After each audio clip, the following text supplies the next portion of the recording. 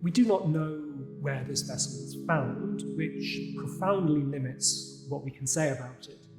But shape and style leaves no doubt that it comes from Apulia in the southeast of Italy, and that it was made around 330 BCE. Furthermore, the shape, as well as the imagery, indicate that the vessel was produced for a funeral, and excavated burials in this region of Italy can include a number of impressive vases like this one. Some can even approach human height, and these were prestigious offerings, the preserve of local elites. They were placed inside a tomb accompanying the deceased, but we might imagine them being visible to mourners as the corpse and grave goods were transported to and then placed in a tomb. Another clue as to this vessel's function is the fact that there's a hole in the base, so it was never intended to hold anything. Many other Apulian funerary vases have similar holes, and this adds to the impression that these are showpieces, expressions of status and perhaps beliefs about death and the afterlife.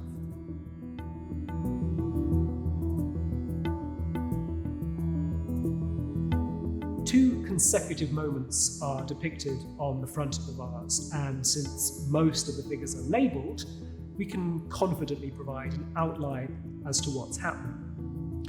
At the top centre, Zeus, king of the Greek gods, sits in his palace. With his staff in one hand, he turns to Aphrodite, the goddess of love. She leans against a column, accompanied by her son Eros, and holds a little wheel on a thread. This is a yunx, a Greek love charm, and suggests that Zeus is turning to Aphrodite for assistance. Watching from the far left, with a flaming torch and a thunderbolt, is a strapi, a rare depiction of the personification of lightning. In the area below the palace, so down from the god's domain on Mount Olympus onto the earth inhabited by mortals, Zeus takes the form of a swan in order to deceive the Spartan princess Leda. Just to the right, Hypnos, the personification of sleep, extends his staff so that Leda is entranced by the bird. Today, we may be troubled by this scene and the issues of power and consent it raises. But I think for an ancient Apulian viewer, Zeus's singling out of an individual may have offered consolation for those facing the bleak unknowability of death. And that a funerary reading is appropriate here is evident not only by the shape of the vase, but the presence, at the top right of this scene, of a female figure labelled Eleusis. This is the personification of a town near Athens in Greece, where the Eleusinian mysteries were held each year.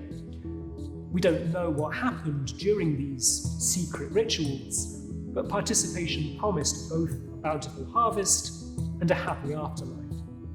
And the funerary theme continues on the other side of this vessel, where a young woman is depicted within a grave monument. 4 other women bring offerings, conveying the idea that an individual will be remembered and honoured after their death.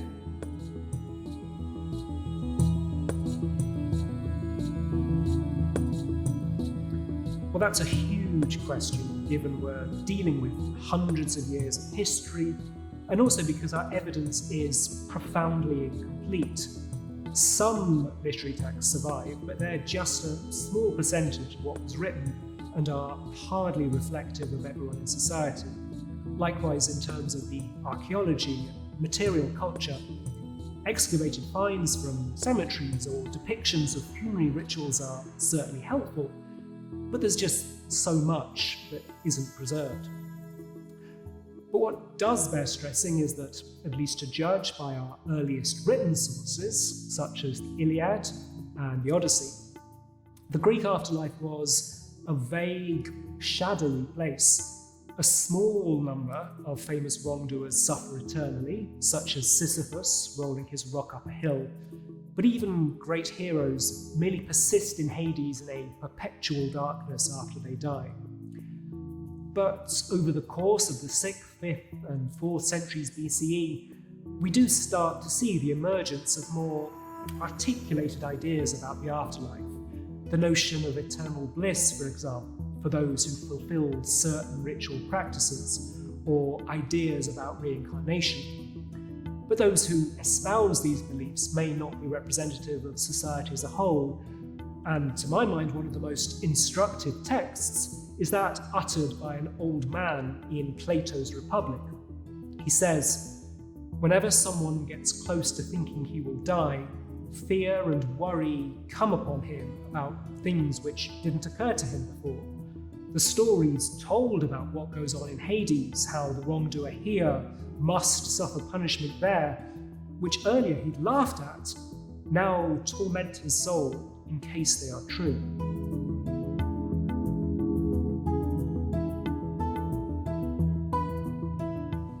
This vessel, made in southern Italy around 330 BCE, is a good example of the red figure technique. To fully understand what that is, we need to go to Athens and turn the clock back nearly 200 years. At that time, the Athenian pottery industry was thriving, its distinctive black figureware exported all around the Mediterranean. Around 520 BCE, ceramicists started to experiment with a variety of other techniques, and the one that proved enduringly successful was a reversal of black figure. So instead of painting the figures black and leaving the background the colour of the clay, painters did the opposite, painting the backgrounds black and leaving the figures reserved so they show up as orange unpainted clay. And instead of using a sharp pointed tool to incise details, they made use of very fine brushes and dilute slip to depict drapery folds and musculature. This red figure technique became the dominant one, and when Greeks later started producing painted pottery in settlements and colonies that they'd established in southern Italy and Sicily, this was the approach they used. In Apulia, these vessels were popular among the indigenous elites in the region, and in many instances, workshops adapted to local tastes, producing grand and richly decorated funerary vases, such as this one.